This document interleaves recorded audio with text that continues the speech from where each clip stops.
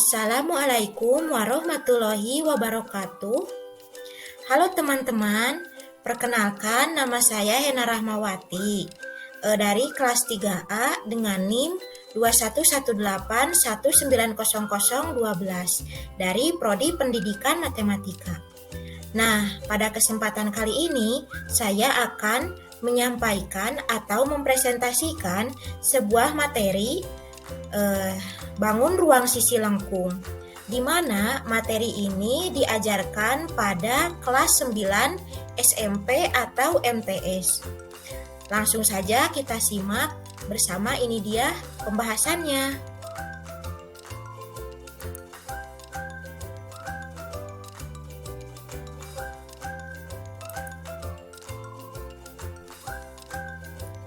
Nah, teman-teman, jadi apa itu bangun ruang sisi lengkung?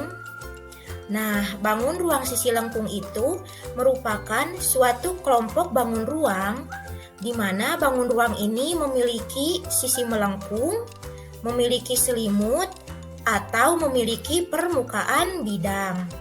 Nah, yang termasuk ke dalam kelompok bangun ruang yang memiliki sisi lengkung ini terdapat tiga macam, yaitu yang pertama ada tabung, yang kedua kerucut, dan yang ketiga adalah bola. Nah, langsung saja kita bahas satu persatu ya.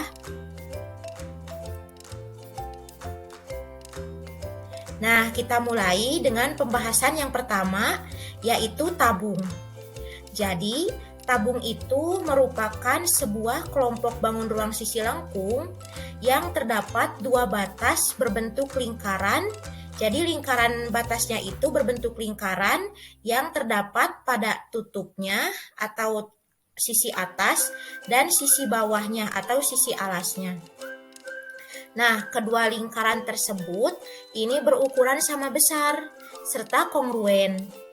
Nah, kedua lingkaran ini disatukan oleh suatu persegi panjang atau nantinya bisa kita sebut dengan selimut tabung yang melengkung mengikuti sisi kedua lingkaran tersebut.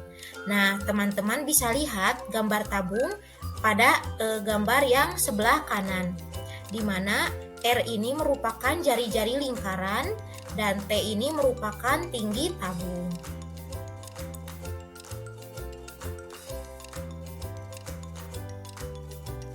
Nah, yang selanjutnya kita akan mempelajari sifat-sifat, unsur-unsur, dan rumus-rumus yang berlaku pada tabung. Nah, yang pertama kita akan mempelajari sifat-sifat apa saja yang berlaku pada tabung. Di sini terdapat 3 sifat. Yang pertama, tabung ini memiliki dua sisi berbentuk lingkaran. Nah, di mana sisi alas dan sisi atap tabungnya ini berbentuk lingkaran. Kemudian dan juga satu sisi berbentuk bidang lengkung yang disebut juga sebagai selimut tabung. Di mana selimut tabung ini jika dibentangkan akan membentuk sebuah persegi panjang. Nah, untuk yang kedua, tabung ini memiliki dua buah rusuk yang melengkung. Dan yang terakhir, tabung itu tidak memiliki titik sudut. Nah, yang selanjutnya yaitu unsur-unsur tabung. Jadi, tabung ini memiliki 3 bidang sisi. Nah, bidang sisi yang pertama itu adalah sisi alasnya. Nah, tadi kan sudah dibahas berbentuk lingkaran. Kemudian, untuk sisi yang kedua itu adalah sisi lengkungnya yang disebut dengan selimut tabung. Dan jika dibentangkan itu akan berbentuk sebuah persegi panjang. Dan sisi ketiga itu adalah sisi atas atau tutup tabung yang berbentuk lingkaran juga. Kemudian untuk sisi alas dan sisi tabung ini berbentuk lingkaran, di mana kongruen dan sejajar. Kemudian sisi lengkung tabungnya ini jika dibentangkan itu akan berbentuk sebuah persegi panjang. Dan yang terakhir, tabung ini merupakan sebuah prisma yang alasnya ini berupa lingkaran. Nah, kemudian yang selanjutnya kita akan membahas mengenai rumus-rumus apa saja yang berlaku pada tabung. Yang pertama, ada luas alas dan luas tutupnya. Karena alas dan tutup tabung ini berbentuk lingkaran, maka berlaku rumus lingkaran, rumus luas lingkaran, yaitu Pi dikali R kuadrat.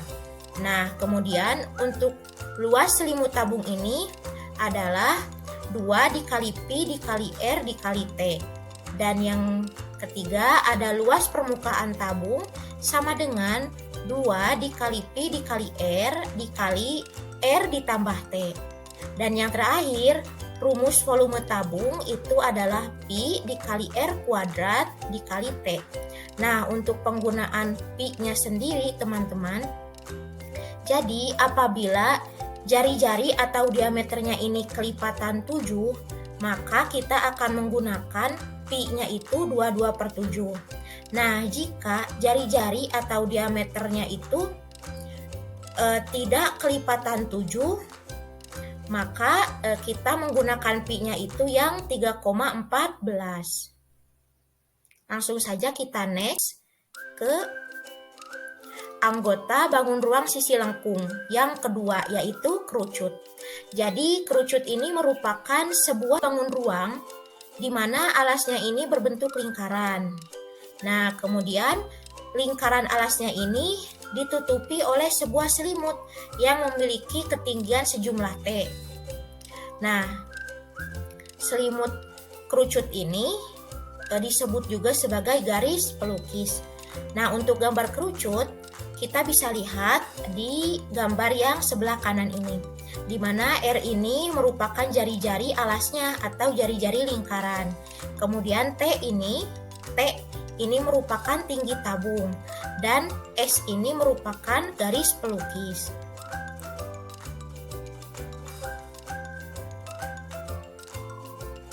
Nah, yang selanjutnya kita akan membahas mengenai sifat, unsur, serta rumus yang berlaku pada kerucut.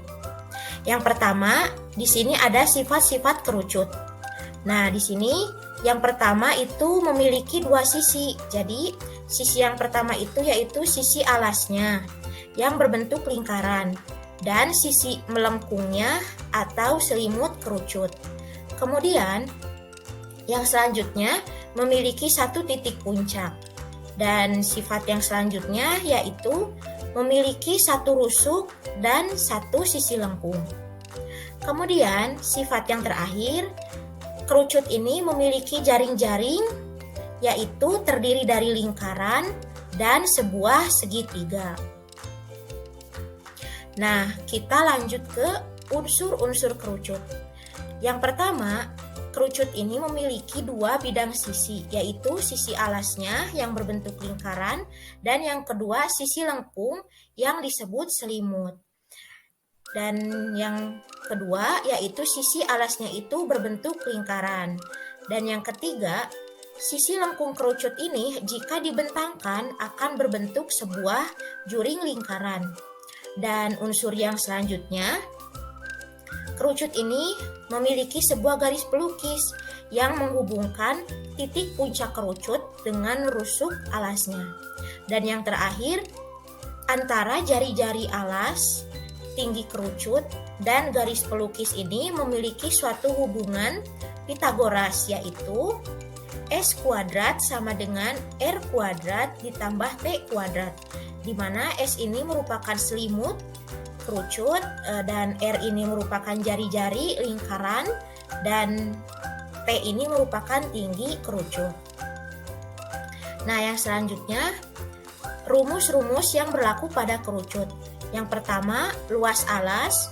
Karena alas kerucut ini berbentuk lingkaran, maka akan berlaku rumus luas lingkaran, yaitu Pi dikali R kuadrat. Kemudian yang kedua, rumus luas selimut sama dengan Pi dikali R dikali S. Nah, yang selanjutnya adalah luas permukaan kerucut sama dengan Pi dikali R dikali R ditambah S.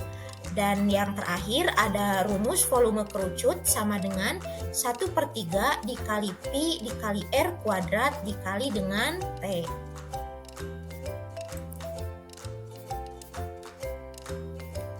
Nah, yang selanjutnya yaitu anggota bangun ruang sisi lengkung yang ketiga itu adalah bola. Jadi bola ini merupakan suatu bangun ruang yang terbentuk dari hasil putaran, satu putaran penuh sebuah lingkaran dengan porosnya ini adalah diameternya. Nah, teman-teman, bola ini merupakan salah satu bangun ruang yang memiliki sisi melengkung, di mana terdapat jari-jari di dalamnya. Jadi, panjang sisi ke-1 sampai dengan ke sisi lainnya ini disebut dengan diameter. Atau bisa kita katakan juga bahwa panjang diameternya ini sama dengan 2 dikali R. Nah, untuk gambar bola ini bisa kita lihat di sisi sebelah kanan. Di sini terdapat jari-jari bolanya, yaitu disimbolkan dengan R.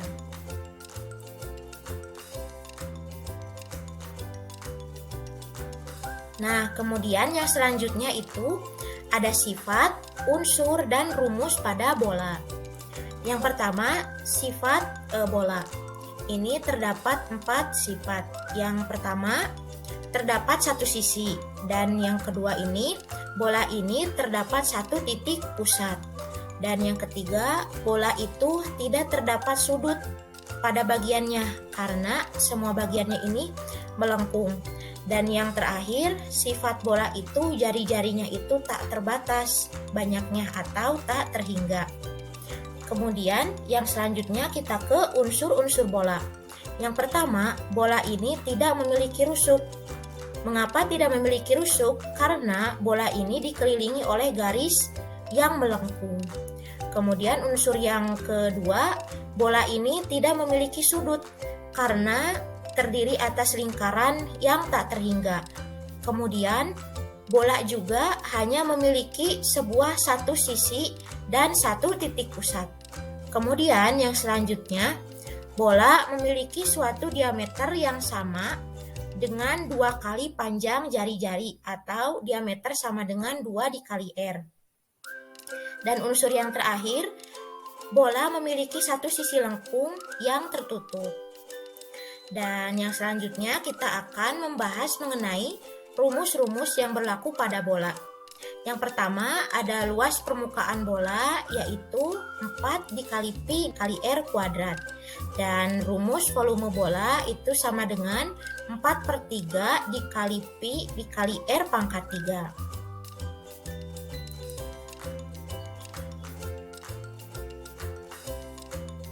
Nah, setelah kita mengetahui materi mengenai bangun ruang sisi lengkung, nah sekarang kita akan mencoba melihat dan mempelajari beberapa contoh soal yang berkaitan dengan bangun ruang sisi lengkung.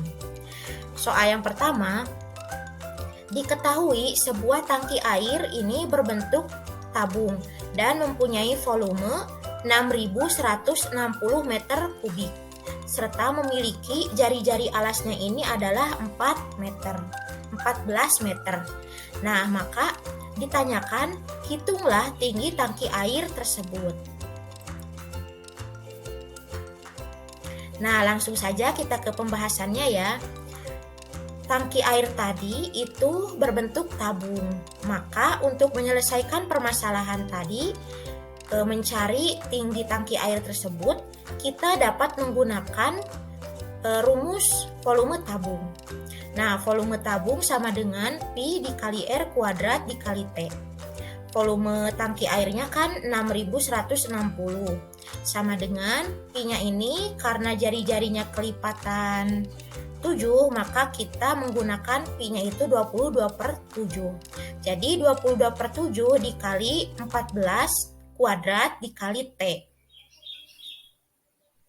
Kita operasikan 6.160 sama dengan 22/7 dikali 14 kuadrat sama dengan 196 dikalikan T.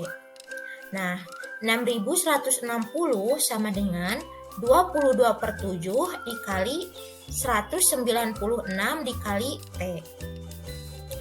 Nah, yang selanjutnya 6.160 sama dengan 196 kali 22 itu hasilnya 4312 per 7 dikali T. Nah, 6160 sama dengan 4312 dibagi 7 itu menghasilkan 616. Jadi P sama dengan 6160 dibagi 616 menghasilkan 10. Nah, jadi tinggi tangki air tersebut adalah 10 meter. Nah, kita lanjut ke contoh soal yang kedua. Diketahui sebuah kerucut itu tingginya 15 cm. Nah, jika volume kerucut tersebut adalah 6.930 cm3, maka diameter kerucut adalah titik-titik centimeter. Nah, langsung saja kita ke pembahasannya ya. Volume kerucut itu kan sama dengan 1/3 dikali Pi dikali R pangkat 2 dikali T. Volumenya itu 6.930 sama dengan 1/3 dikali Pi-nya ini 22/7 dikali R kuadrat dikali tingginya ini 15. Kita operasikan 6.930 sama dengan 15 dibagi 3 sama dengan 5 dikali 22/7 dikali R kuadrat. Nah, 6.930 sama dengan 5 dikali 22 itu 110, kemudian per 7 dikali R kuadrat. R kuadratnya kita pindahkan ke sisi kiri. Jadi, R kuadrat sama dengan 6.930 dikali 7 per 110. R kuadrat sama dengan 48.510 dibagi 110. Jadi dihasilkan R-nya ini adalah 21. Nah, jadi karena yang ditanyakan ini adalah diameternya, maka untuk mencari diameternya itu adalah tinggal 2 dikali jari-jarinya, yaitu 2 dikali 21 sama dengan 42 cm. Jadi tinggi diameter kerucut tersebut adalah 42 cm. Nah, teman-teman, kita ke soal yang terakhir, yaitu mengenai bola. Jadi, sebuah bola sepak mempunyai diameter 42 cm. Kemudian, hitunglah volume dari udara yang berada dalam bola tersebut. Nah, pembahasannya, volume bola ini adalah 4/3 dikali Pi dikali R pangkat 3 sama dengan 4/3 dikali 22/7 dikali 21 pangkat 3 dan menghasilkan 38.808 cm3. Jadi, volume udara yang berada di dalam bola tersebut adalah sebesar 38.808 cm3. Nah, teman-teman, mungkin sekian pembahasan materi mengenai bangun ruang sisi lengkung beserta contoh-contohnya. Mohon maaf apabila dalam video ini terdapat banyak sekali kekurangannya. Wassalamualaikum warahmatullahi wabarakatuh.